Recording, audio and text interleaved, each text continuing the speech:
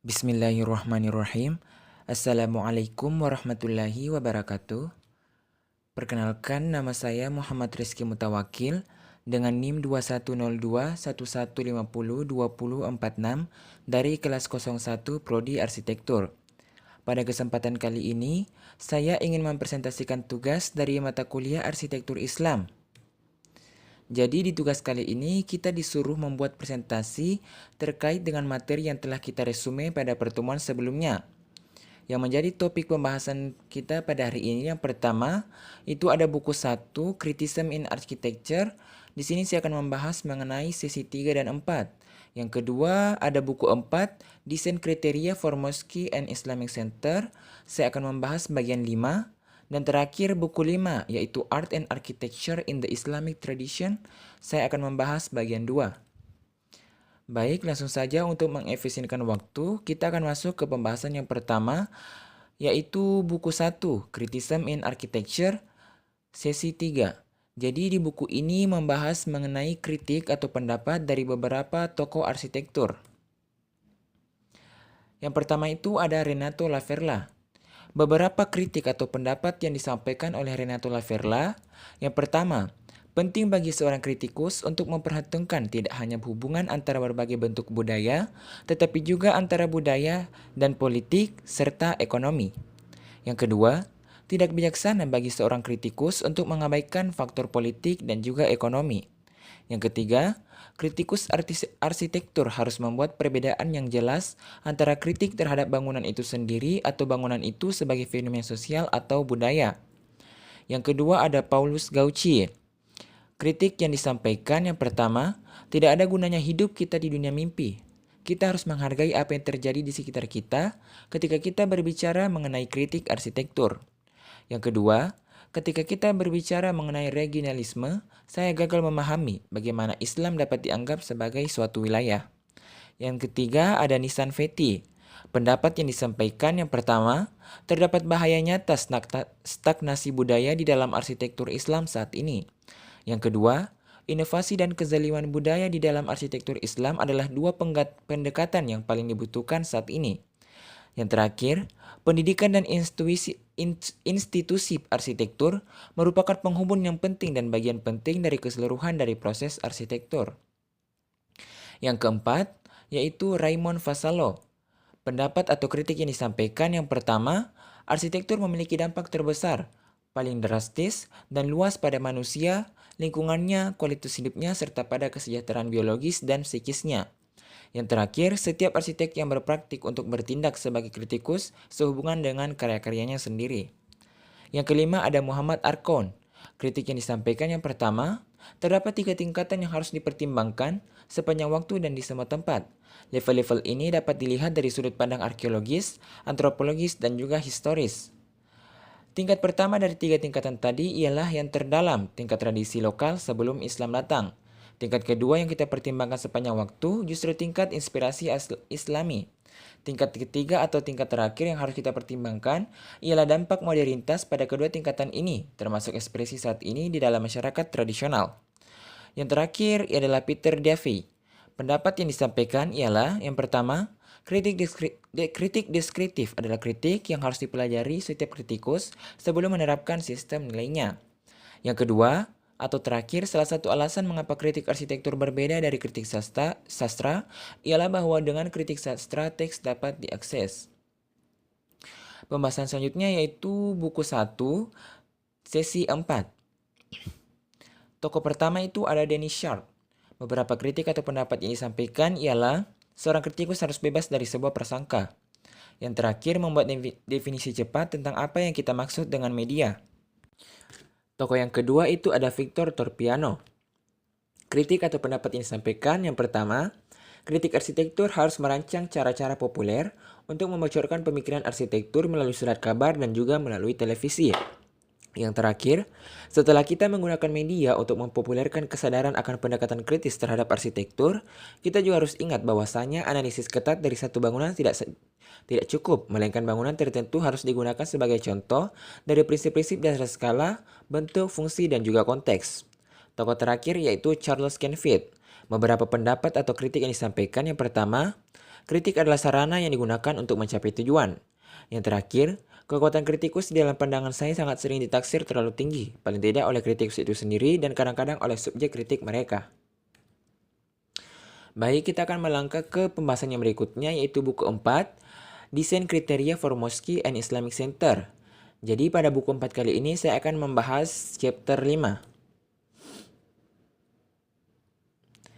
Chapter 5 sendiri membahas mengenai arsitektur ruang perempuan. Sebelum kita membahas lebih lanjut, di sini saya akan memaparkan sedikit mengenai masjid yang merupakan salah satu contoh karya dari arsitektur Islam. Secara keseluruhan, penyebutan kata masjid di dalam Al-Quran tidak mengaitkan status hermeneutitas dengan laki-laki atau perempuan. Meskipun prinsip kesetaraan gender tersirat di dalam penafsiran ayat-ayat yang berkaitan dengan masjid sebagai tempat ibadah umum, namun para komentator telah lama terbiasa menyatakan bahwasanya ibadah pribadi untuk wanita lebih disukai. Menunjuk pada contoh-contoh di mana etimologi dan pembicaraan eksplisit dari kata masjid yang terjadi di dalam Al-Quran dalam ayat Quran Surat 72 ayat 18, Surat 24 ayat 36, dan juga Surat ke-9 18, serta Pasim, kita dapat membangun pemahaman yang akurat mengenai teks-teks tersebut. Etimologi dari kata masjid sendiri dapat ditelusuri dari kata kerja Arab sajadah untuk bersujud atau sujud kepada Tuhan di dalam beribadah. Mungkin satu-satunya kontribusi terpenting untuk analisis yang diberikan kata masjid ialah mengenai konsep spasial dari konstruksi arsitektural yang dimotivasi oleh penyembahan komunal dan juga ingatan akan Tuhan. Masalah yang akan dihadapi arsitek di dalam mendesain sebuah masjid adalah konfigurasi ruang perempuan, karena terdapat berbagai sudut pandang yang ada dan karena tidak ada konsensus yang diterima secara hukum atau spasial atau ideal konfigurasi untuk jamaah perempuan. Beberapa wanita pada dasarnya lebih suka ruang terpisah karena mereka terbiasa dengan pengaturan seperti itu. Kelompok kedua menganggap segresi spasial sebagai bentuk ketidaknyamanan, repression, dan bias karena tidak memungkinkan untuk lebih penuh partisipasi dalam jamaat. Dan karena itu melanggar perintah Al-Quran bahwasanya pria dan wanita adalah setara. Kelompok ketiga menyukai partisi atau layar yang memiliki fleksibilitas bawaan. Di dalam upaya untuk memperjelas mengenai masalah ruang, tempat, serta gender, ada banyak sekali pendapat yang semakin menambah dikotomi antara Islam pribumi dan juga imigran Islam. Sejauh ini hanya sedikit penelitian yang telah dilakukan mengenai masalah ruang serta gender dalam kaitannya dengan konfigurasi arsitektur Masjid Amerika Utara dan juga Eropa. Tujuannya di sini ialah untuk membahas hal ini serta untuk lebih mempertimbangkan norma-norma dari hukum Islam atau syariah, ibadah kongregasi dan serta diaspora. Dalam survei yang dilakukan pada tahun 2001, sebanyak 90% komunitas masjid Amerika menyatakan bahwa mereka mengikuti sunnah dengan cara yang ketat. Namun hanya terdapat 15% dari kongregasi untuk sholat Jumat ala perempuan dan 7% anak-anak versus 78% laki-laki. Diambil dari Bagby et al. 2001. Di dalam survei yang sama, 66% wanita melakukan doa di balik tirai, partisi atau di ruangan lain, sementara 30% lainnya tidak. Tinjauan singkat ini mengkaji kontestasi ruang sholat perempuan di masjid. Perdebatan ini berkait dengan sejarah yang berasal dari komunitas Madinah abad ke-7 Masehi. Untuk menempatkan perdebatan, beberapa pernyataan dalam Al-Quran menjadi identitas masjid. Sebagai contoh, Al-Quran menyatakan bahwasanya tempat ibadah atau masjid adalah milik Allah. Ayat ini merupakan salah satu dari beberapa yang melindungi kesucian masjid dan secara implisit itu melindungi bangunan dari kemungkinan mengecualikan jamaah, baik itu laki-laki atau perempuan. Namun, pernyataan ini harus lebih memenuhi syarat. Secara praktis, Masjid Al-Haram, Masjid Al-Agung di Mekah mencontohkan bahwa sejarah panjang kapal war terpadu dan ritu ziarah atau haji dan umrah. Ini mengikuti dari pernyataan di atas bahwasanya kemudian komentator pasti telah membuat asumsi tunggal mengenai segresi perempuan berdasarkan sejumlah kecil laporan hadis. Untuk alasan ini, pengetahuan subjugated atau bentuk pengetahuan dominan yang muncul dalam tatanan sosial mengambil berbagai posisi tentang menyuguhkan ruang perempuan serta ibadah jamaat. Posisi seperti itu semakin diperkuat oleh sikap patriarki yang semakin meluas. Baik, kita akan masuk ke pembahasan yang terakhir, yaitu buku 5 mengenai Art and Architecture in the Islamic Tradition. Pada buku ini saya akan membahas part 2, yaitu mengenai arsitektur dan makna di dalam teori Al-Jahiz.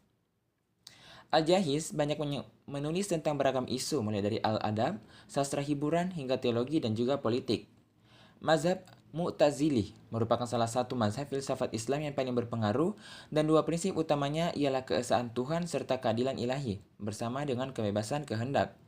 Posisi filosofis mereka membentuk semua perbedaan intelektual, politik dan teologis di dunia Islam dari akhir abad ke-8 hingga abad ke-10. Karena pengaruh besar mazhab Mu'tazilah dan kesetiaan Al-Jahiz pada teori-teorinya, masuk akal untuk berasumsi bahwasanya karya Al-Jahiz mencerminkan pandangan umum mengenai masalah yang dihadapi. Secara khusus, tampaknya masuk akal untuk berasumsi bahwasanya teori tentang Al-Bayan tidak hanya mencerminkan pandangan pribadi, tetapi juga pandangan yang diikuti secara luas sebelum dan sesudah masanya. Untuk memahami bagaimana dalam pandangan Al-Jahiz, karya arsitektur atau bangunan melahirkan makna, terlebih dahulu perlu dipahami mengenai sistem kompleks Al-Bayan. Al-Bayan sendiri merupakan proses produksi makna.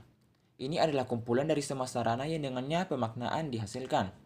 Dan jika ucapan al-alfat, jumlah semua kata yang ada terbatas, makna yang dihasilkannya tidak terbatas. Akal adalah penuntun roh, ilmu adalah penuntun akal, dan al-bayan adalah penafsir ilmu. Al-aqlu ra'idu ar-ruh, wal al-ilmu ra'idu al-aql, wal al-bayanu tarjumanu al-ilm. Al-bayan kemudian adalah lebih dari sebuah instrumen untuk memahami dunia dan mengungkap maknanya. Itu adalah sarana spiritual dapat dicapai dan spiritual hidup dapat tercapai. Al-Bayan sendiri bertumpu pada 4 elemen penyusun yaitu al-lafz atau ucapan, al-khat atau menulis, al-aqd atau perhitungan, serta al-isyarat tanda. Ada komponen dasar kelima dalam proses produksi makna, al-hal atau keadaan atau kondisi suatu objek. Karena al-hal atau keadaan objek itu berbicara, seperti catat oleh Edgar Allan Poe, ia dapat bercerita. Baik, sebelum saya mengakhiri presentasi saya kali ini, saya akan memberikan sedikit asupan pemikiran yang diungkapkan oleh Frank Gehry, yaitu arsitektur harus berbicara tentang waktu dan tempatnya, tetapi menambahkan keabadian. Mungkin cukup sekian apa yang dapat saya sampaikan dari presentasi kali ini. Apabila ada salah kata mohon dimaafkan, lebih dan kurangnya mohon dimaafkan. Wabillahi taufiq wal hidayah. Wassalamualaikum warahmatullahi wabarakatuh.